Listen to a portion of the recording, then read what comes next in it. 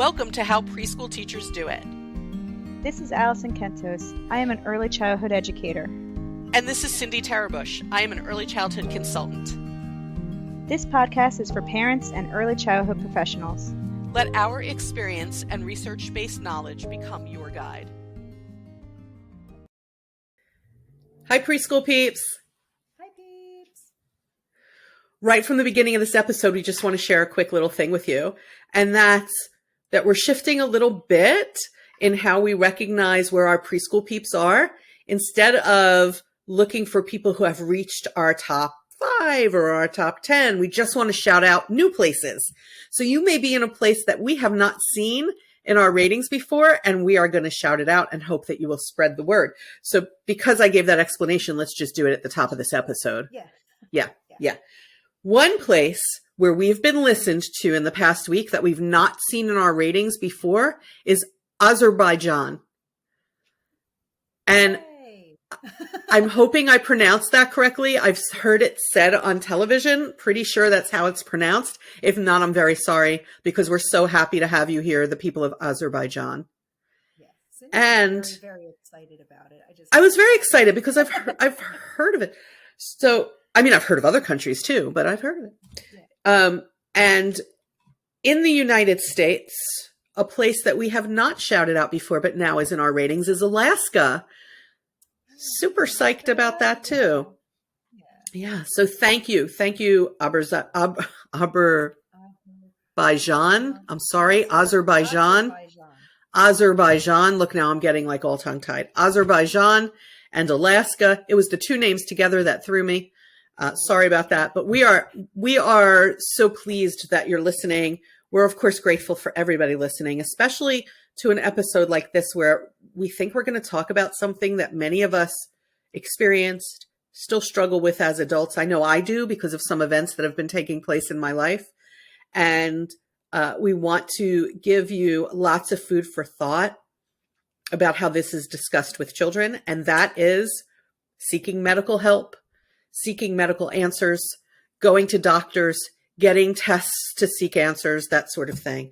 And just to sort of clarify how that relates to me personally, had some minor things going on. Very often when there are minor things, you get prescribed something, but I actually went to a doctor who is trying to find out the root cause because this doctor sees relationships between these few things that have happened. So it's been mind-boggling, interesting, mind-boggling, but also terrifying. And so I thought, why am I terrified? Why am I terrified to go to this person who's so knowledgeable? Why am I terrified to follow through on this? Why am I terrified even when they run tests like maybe blood work to eliminate things? That's what they're trying to do. They're trying to cover their bases and eliminate things, and I get thrown into a massive loop. And when I think back, I think it has a lot to do with how going to medical professionals was discussed when I was young. I mentioned this to Alison, who was like, oh yeah, experienced many of the same things.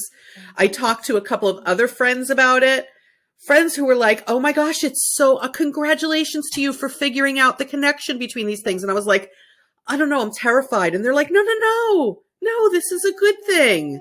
Yeah.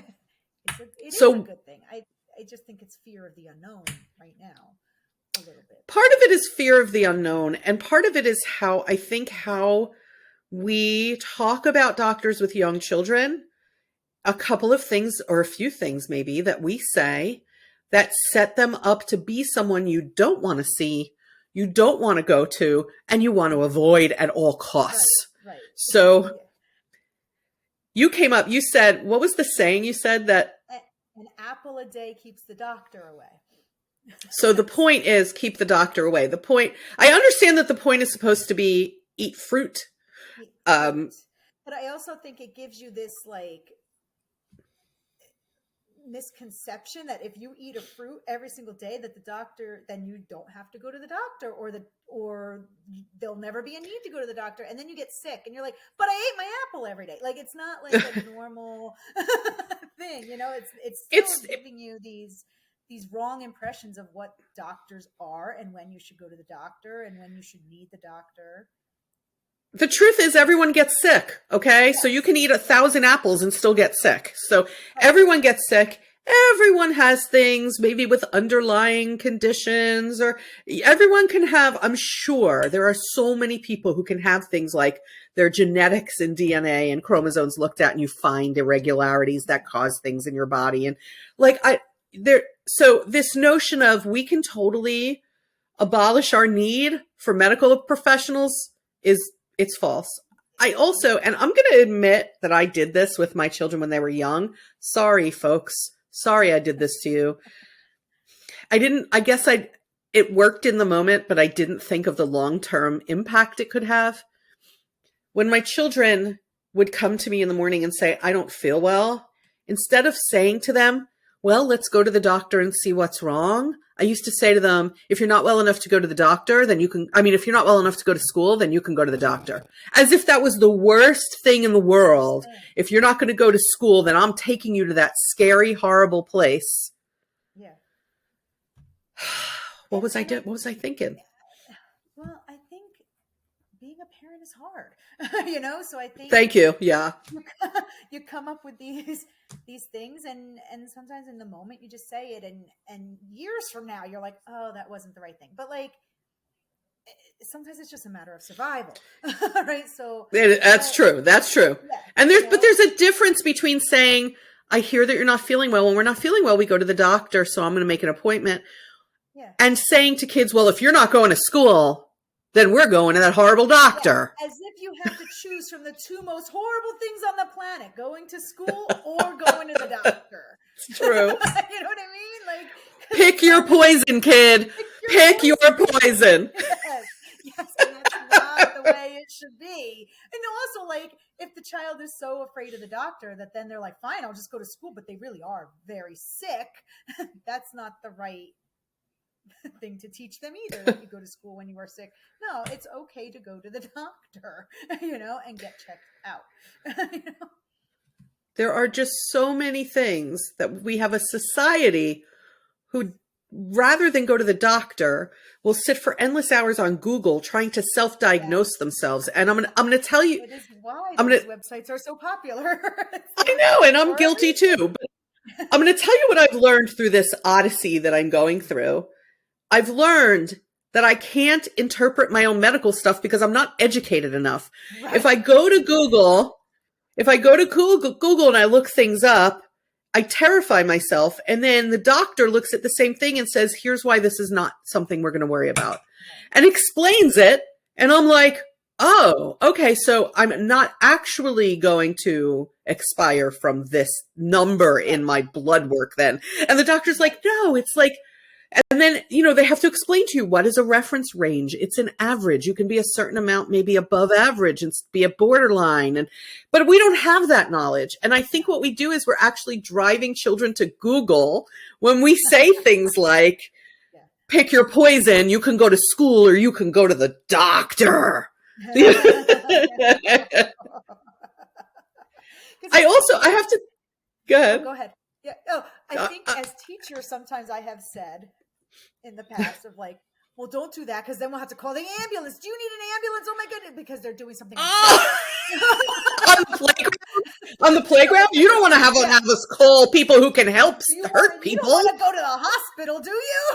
I think as a teacher, I have definitely said that. I can believe that. I can believe that you're on the playground with children and you say to them, if you keep doing that, somebody's going to get hurt and somebody's going to have to go to the hospital. Again, it's like, pick your poison. Yes, like we cannot do unsafe things. You would go to the hospital. It's like, no, but you'd go to the hospital and for many things.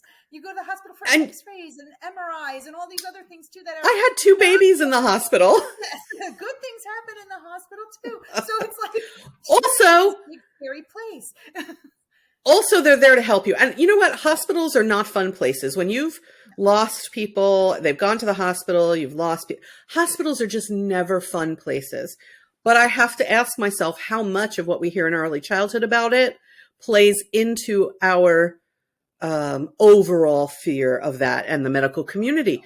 I had somebody when I was really scared. I had somebody say to me, well, if there is something scary, they could treat it, but maybe not 10 years from now. And that's true. It's true. So people will put off going because of fears. I understand the fears. Yeah. At the same time, you don't know if you have anything to be afraid of, but medical professionals have been set up from the time we were young children to be people to be afraid of, to be a place I don't want to go, to be the worst possible case scenario. You know, on This Is Us, when they would play worst case scenario for young children, that was like Beth and Randall. They played this game. If you didn't watch This Is Us, when something bad was happening or they were nervous about something, they would play a game called worst case scenario. And the two of them would say out loud what they thought the worst thing could happen would be. For children, I think worst case scenario is like, I'd have to go to the doctor. Yeah. And that stays with you Yes. your whole life because the early childhood years set up your thoughts about the world and how it functions and what to like and what not to like. That all gets set up in your early childhood experience.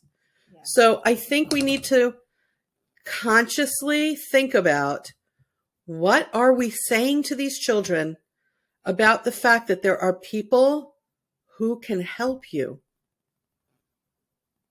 And you don't know enough.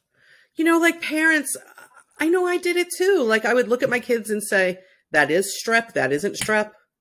That is bronchitis, that isn't bronchitis. I'm not sure who gave me my medical degree. Right. Right. Maybe they had something, maybe it wasn't strep, but maybe it was treatable. Oh, yeah. There are other infections that may look different. Other infections that might look different, yes. Dude, I went to the doctor. I'll share this too. I went to the doctor with something I thought was an allergic reaction. Turns out, no, that was something else entirely. No, see? And you're treating an allergic reaction when you could be treating the root cause of it. Yes. Yes. So, and by the way, the treatment isn't all that different, but still, it's good to know the facts. I stopped eating a food because I thought, oh, I must be allergic to this food. Turns out I'm not allergic to that food. I may have reacted to it for a different reason, but the allergy blood test came up negative. So you have to investigate and find out, why is this making me feel this way? Right. I think, I think a couple things play into this. I think we've all had negative experiences. We've lost loved ones. We've had hard things happen. We go through adulthood and we learn that hard things can happen. And so we become fearful, and we become we want to hide. You know, fear is like you go into a state of fight or flight.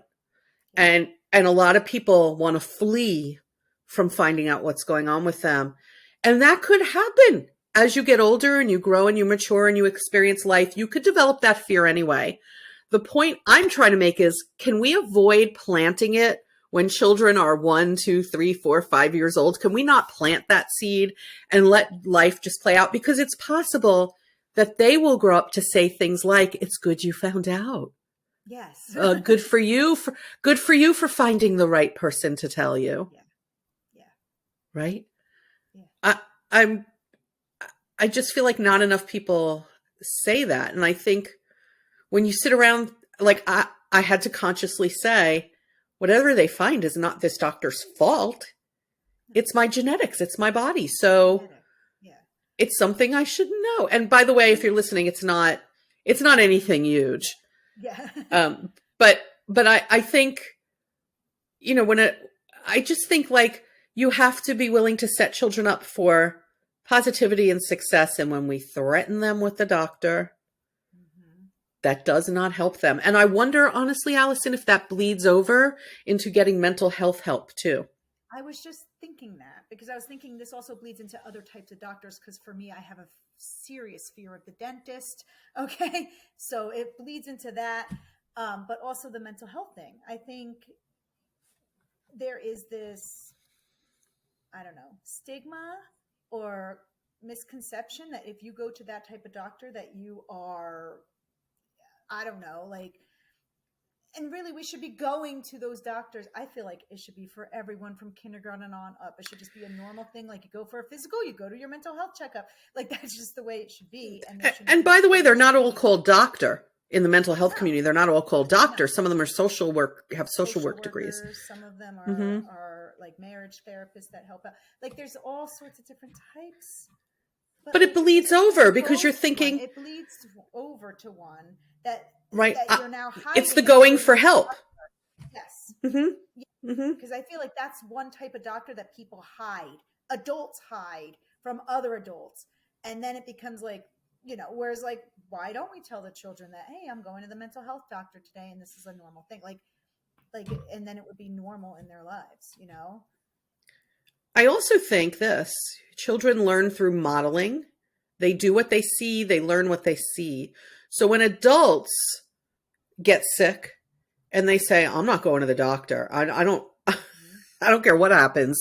I will take this Advil and pour it down my throat because I am not. And they resist until they absolutely cannot anymore. And they are very sick by then. I think about people who have had months-long sinus infections and they've not gone to the doctor. I know plenty of people like that. And I'll say, I think you need an antibiotic and maybe a steroid. No, I don't know. This is just a sinus thing. And so you've walked around with sinus infection for a long time. And by the time you actually go to the doctor, it's a much bigger problem. And children see that. They see, oh, when you go to the doctor, oh my gosh, they came home with like, what's happening here? It's a huge thing now. That's true. Because like my parents, especially my father, never went to the doctor, and he would mine either. This thing of like, I've only been to the doctor 3 times in my life, and one of those times is because I broke my ankle and I had to get a cast, and another time, and you're like, why is that cool? Like, shouldn't it be? Why is that a thing of pride? Why are you proud of this? But that's what I heard growing up. Like, I'm so healthy, I don't need to go to the doctor. Well, guess what? He was very sick, and he didn't know he was very sick. And then he passed away. And it's something that they said. Same thing with my father. Had he gone to the doctor early on and gotten treated and all of this, he would not have died at the age that he died. So that's right. A lesson to you. So that's kind of like, I have no fear of actually going to the medical doctor. I do have fear of going to like the dentist. I am going to the See, that I don't have. Okay, I'm cool with the dentist. I have a fear of the dentist. I am going to the dentist for the first time in a long time on Thursday.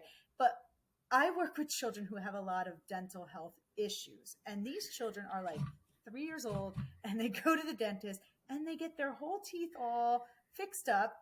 And they're like, yeah, I went to the dentist. It's no big deal. And I'm like, I could never do that. I was like, I'm terrified to go on Thursday for a cleaning. And this child just had dental surgery and they are fine. So I'm like, it could be a childhood thing. It could be like, so here's the thing, folks. Here's the thing that I'm trying to say, preschool peeps. I can read all the books to children in the world about how wonderful the doctor is. We could watch Doc McStuffins from now till doomsday. But if I start to say things to children like pick your poison, do you want to go to school or the doctor? Or I don't demonstrate the importance of seeking medical help because you're not a doctor, neither is Google, which will always tell you one of two things is going to happen. And the second thing is never pleasant. Yes. If we don't demonstrate for children that we're actually going to seek expertise, then what are they learning? And when I talk about seeking expertise, you don't like the doctor, you don't think they're effective, find a new doctor, teach children that. When people grow up, they think whatever the doctor says I have to do. That is not true. You get to decide what you do with your body. Yes. So you can teach children through your example. I went to the doctor. I need to get another opinion. Yes. Yeah. And that opinion should be another medical professional because Google does not know. So, Google does not know. I mean, it knows a lot of things, but this, not so much. No. Not so much. So if we say to children, and we tell them, I went to the doctor, I'm unsure what I want to do, so I'm going to go talk to another doctor and then maybe make a decision about what I want to do. Yeah. See, I think that model Because that's is another message they get, right? Another message they get is the doctor says you have to do this thing, have this test, seek this path, and maybe you feel like you don't need to for some reason. Yeah, but you can't just decide that. I take all the advice from experts and I get to decide based on that advice what to do with my body. But you shouldn't just go into that decision all like willy-nilly and like going on Google and talking to the guy on the corner who says it's this and this. It's like, no, go seek the experienced experts in the medical field, then make a decision based on that. Find the curious doctors. That's my best advice. Yes. Find the curious doctors. Teach your children to find the curious doctors, because those are the people who get to the root of things. Children need to know they should seek that, right? As they grow up, you want someone who's really listening to you. They need these lessons from you, not just if you don't go to school, I'm taking you to the doctor. And if you love their pediatrician or whoever you take them to for well visits, there should be a conversation after that well visit that's like, I really like your doctor. Here's why. Your doctor listens when we talk to him. Your doctor gives us logical advice. Your doctor makes a lot of sense when he talks, and he cares about you as a person. So I really like your doctor. Teach them what to look for. Yeah, because no one ever taught me that. And it wasn't until recently that I was like, oh, wait. No, they don't. They're not all the same, and they don't all know the same stuff. And some doctors really do get to know you, and and others are just, they don't so much, but I think everybody's looking for something different in a doctor. So there's a doctor out there for you. So you just have to know what you value in a medical professional and go with that. And then intentionally teach it to your children so they know what to do when they get older. All right. That's enough doctor talk, don't you think? I feel like we've done enough doctor talk. Really, folks, think about how you talk about the doctor and how you set your children up for confidence or fear, and understanding where they can get really good advice. And we will catch you next time on the podcast. We did the places in the beginning. So, right? We're done. So, yes. We will catch you next time on the podcast. Bye, peeps. Bye.